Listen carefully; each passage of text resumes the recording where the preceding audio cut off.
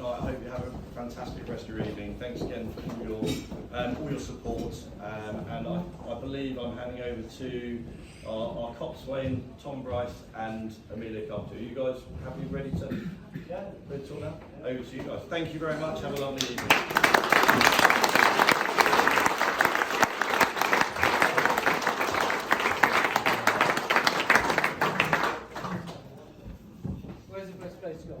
At the front. Yeah.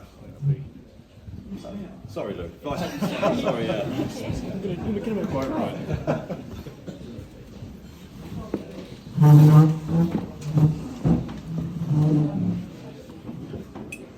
I'd like to start with a huge thank you to all the coaches that have made these last 2 years possible.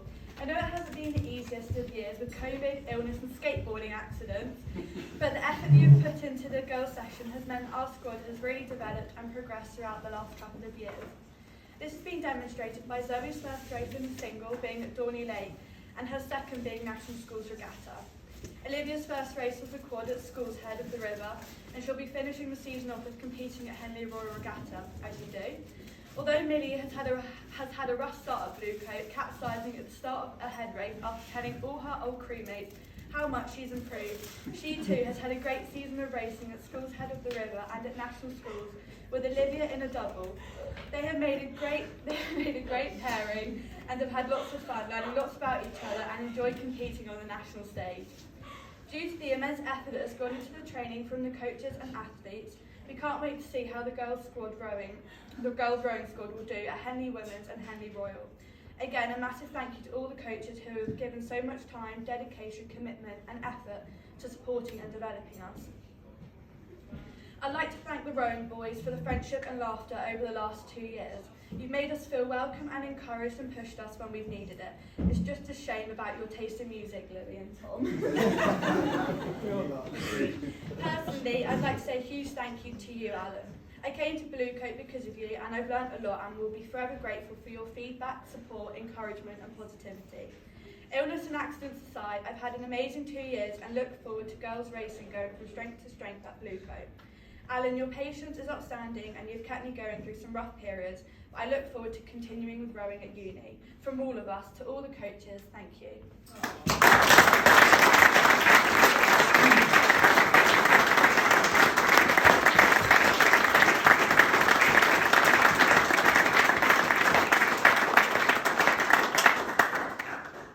Good evening, ladies, gentlemen, and the rowdy lot at the back. Firstly, I'd also like to thank the coaches who have been amazing this year, led by the one and only legend, Mr. Alan French.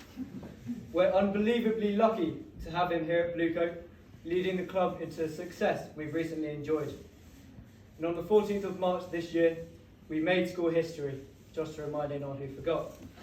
We won Schools Head of the River for the first time ever, and it's something we're all extremely proud of.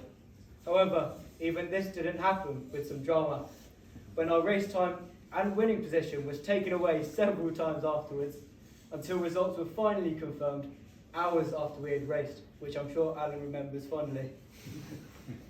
The win led to our heads being well above the parapet, as Alan would like to say, and turned us into a threat into top clubs like Abingdon with bigger programmes, larger budgets and carbon riggers.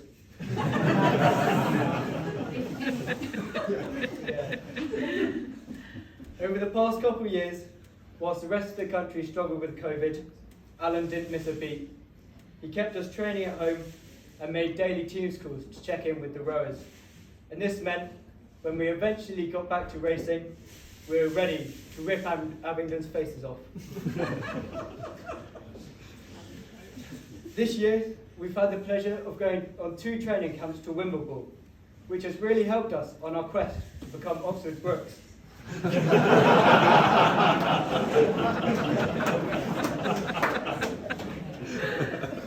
Our parents, you'll be glad to know, we revised hard, we trained extremely well on the beautiful lake and had a lot of fun. A particular highlight would be the water fight between the girls and the boys on the first night. The battle was fought in the corridor and there was water everywhere. Yet somehow, to my knowledge, the coaches never found out.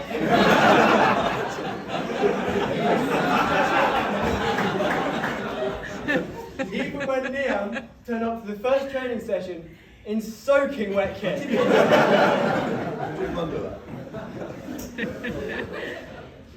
Now, before I go, I'd like to take a moment to thank the Year 13s who are leaving with me. I can't think of a better bunch of lads to have raced with.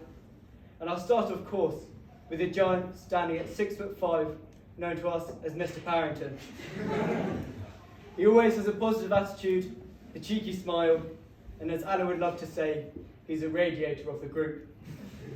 He also loves to remind us, almost daily, of his win in the Blue Coat Singles Championship. That was back in Year 10. And we got Mr. Stan Petrov. You're one of the best strokes I've ever had the pleasure of coxing. Sorry, Josh and Toby. Unfortunately, Stan suffers from being unable to be anywhere near a mirror without staring at himself. Following on from Stan, we have Nathan May. Extremely talented, not only with an oar, but with several musical instruments. His power to weight is always impressive. However, asking for a good haircut is still a challenge. Next, we have Mr. Josh Day, the tidy oarsman of the boat club ever since Year 9. He's also unable to step into the 8 without asking to be stroke again. I assume just to get another session of looking at me. Can't blame him. And Toby Tegg.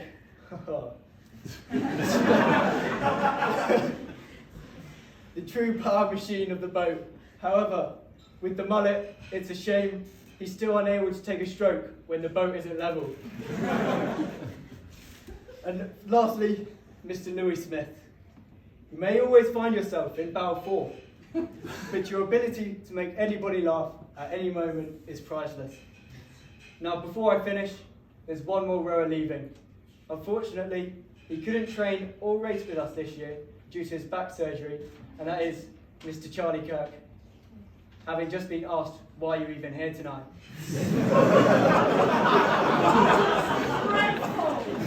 Not by me. Not by me.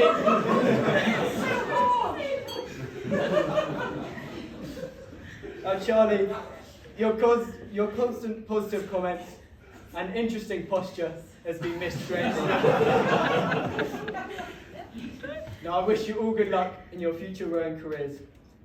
Before I hand you over to my very glamorous deputy, Mr. Louis Smith, I'd like to thank you all, the parents, for your continued support. We couldn't do it without you and your taxi service skills. Thank you. Over to you, Louis. Oh, well done.